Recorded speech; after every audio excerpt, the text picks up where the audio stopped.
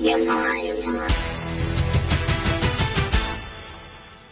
Hello and welcome to Open Your Mind Radio. You have myself, Alan James. And you have myself, Stephen George. A very good evening. Good evening. It's Sunday the 4th of May 2014. We had a little bit of a glitch there, but we got that sorted. I hope you can hear us now. Fingers crossed. So let us know in the chat room if you can hear us. Again, good evening, and we just hope that everything's okay. We just happened to say earlier on that today is the 4th of May, and this is a Star Wars day for the Star Wars fans. You know, may the 4th be with you. So anybody celebrating that, good luck with that one. But before we move on, Steve, you want to let us know what the communication channels are? Okay, I'll pass it over to Mary. Mary, communication channels, please. The communication channels are email info@oymireland.com, by phone 046 927 1212, and you can also contact us direct through the OYM chat room. Thank you, Mary. 046 1212 is the hotline number for your calls this evening. We also have the chat room as well on oymradio.com. If you want to log into our own chat room, it's oymradio.com and click on the live chat button on the left-hand side. Say hello to everybody who's in there at the moment. We're also going to be monitoring the PIR, peoplesinternetradio.com chat room as well. So if you have any questions for our guest this evening, you can post it into either of those chat rooms, or you can ring in on the phone, as we say. If you're going to ring in from outside the Republic of Ireland, don't forget it's 00353 469 271212. Alan. Cheers, Steve. I just noticed a question on the chat facility there, Snowflake 15. Can anyone tell me where to get the hemp oil? Well, next week we're planning to have a guest on called Dr. Rima, and she has a website where she sells the actual hemp oil. And as far as I know, based on the questions I asked during the week on our customs, if it's for personal use, apparently you should be able to get it in. But we will have Dr. Rima on next week, and she has a website full of the hemp stuff. So we will be getting all that information out. So tune in next week. We also have the United We Strike Marathon, which we'll touch base with later. But Steve, you've something to tell us first. Yes, I do. Just in relation to our guest last week, which was Paul O'Connor. That was the remote viewer. And if you remember, Paul was he was very kind, and he offered us a voucher of €100 discount for any member of the OYM. Well, anyone who's listening to the broadcast at all. You can log into. Sorry, he did say just Google Paul O'Connor and remote viewing. You will see his website there, and there's a link to Eventbrite. He is running a training day. That's level 1 basic 3-day intensive training. It's going to be on the 10th, the 11th and the 12th of June in 2014. That's this year. And he did offer us a €100 discount for anyone who wants to take part over those 3 days. And all you have to do is pop along to the website, to his own website, or to the Eventbrite, and type in the voucher code OYM Radio. And that's going to be €100 off the price. It can be used any time up to the close of ticket sales. And if they combine it with early bird tickets, they can get €200 off the cost of training. It's a fantastic offer, because it's well worth it as well. Because when you actually look up the prices are €895. That's what I seen anyway. It's a little bit out of my price range, but you know. I'm sure somebody who's really, really interested in learning remote viewing, who can get €200 off, it'll be well worthwhile. Definitely. If you want to pop over to polusintelligence.com. Yeah, I couldn't remember that. Yeah, Polus, Polus intelligence.com is the website there to find out more about that course and the information about Paul O'Connor, who we had on last week. Okay, the next thing that we're just on our list to talk about is, you probably all heard about Ben Gilroy. Ben got a 4 weeks suspended sentence for his contempt of court. And, you know, I'm just curious, what happened to people who were lying on the affidavits in the court case that Ben was dealing with? You know, I mean, talk about complete corruption. And obviously we have the Anglo-Irish bankers, Whelan and McAteer, and they get off with community service. And, you know, they literally screw the country. And they get off with community service, and Ben has a contempt of court, and he gets 4 weeks suspended sentence. I mean, talk about living in a banana republic.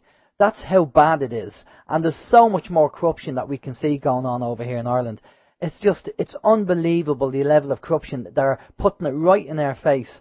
And they just don't seem to care. They just think, the Irish people are, they suffer from apathy. They just won't give a damn. They won't do anything about it. They'll just sit in their arse and do nothing. Well, for people who went over to our Facebook page, you've probably seen an image that was we put up there. And we said that we are in a political war at the moment. And during 1942, during the Second World War, a lot of people made an effort. They did something for the war effort. No matter how small it was, they did something to help the war effort, to help the troops. Now, because we're in a political war, I'd like to ask the same question. What are you doing for the war effort? Basically, what are you doing? Even if it's only something small, what are you doing for the war effort? Because we need to get these people out of government, because they're going to... they are destroying the country, but if they get in again, one of these parties get in again, we're going to be in worse trouble than what we are now. All these people getting evicted. Steve, you've seen the list going around. I've seen the list, unbelievable. Yeah. It was something like 100 people, or over 100 people on the list, and that was just for one day in one particular court. 100 people for evictions. It's a disgrace. It's a disgrace. And I've seen another list from another party who are, again, promoting participatory democracy, which is the same as direct democracy. And they had a list in Galway of about 120, 129 on that day alone.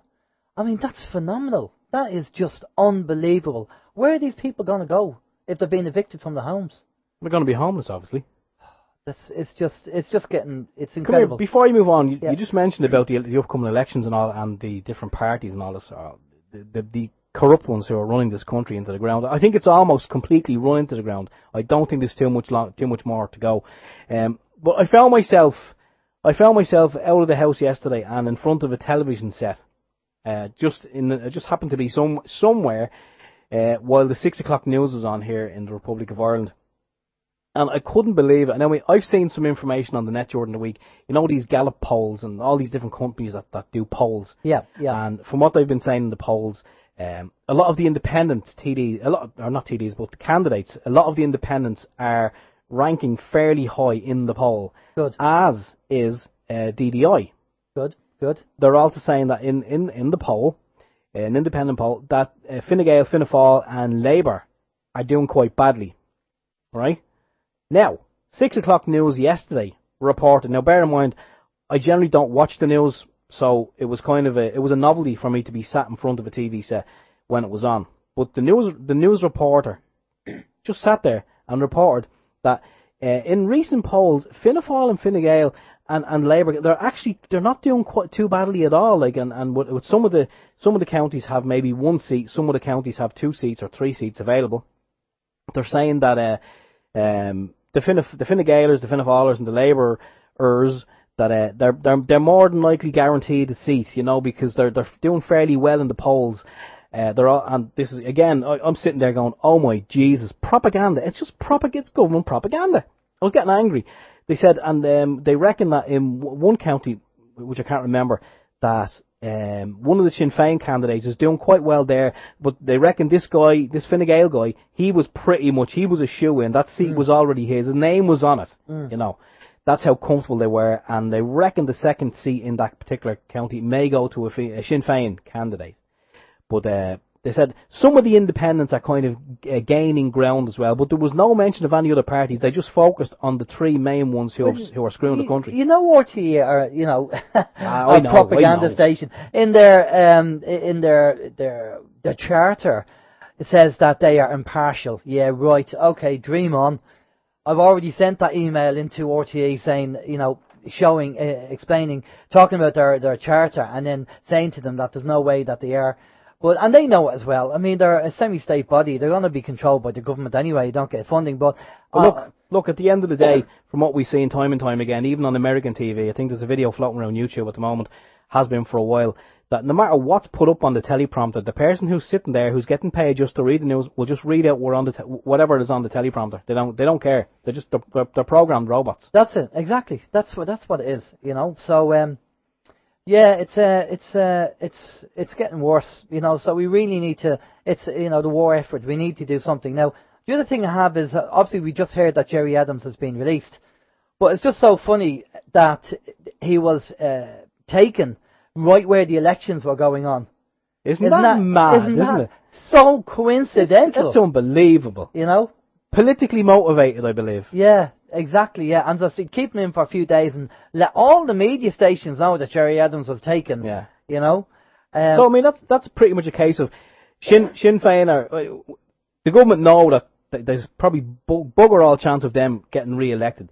So they're kind of looking at the Sinn Féin group, or the Shinners as they're fondly known, going, they're kind of doing fairly well. We have to kind of throw them into disrepute. So, let's bring in Jerry Adams. Yeah. Politically motivated, as I just said. That's all it was. It was a publicity stunt brought to you by the Irish government. By the way, I was going to say, I don't know whether you had a look at some of the posters. I'm sure the people have looked at them, and some of them are so either very badly photoshopped, or they are overdone with Photoshop, or as you pointed out, they had... Oh, I have that written down here. Right, well, yeah, over go ahead. No, over to your week.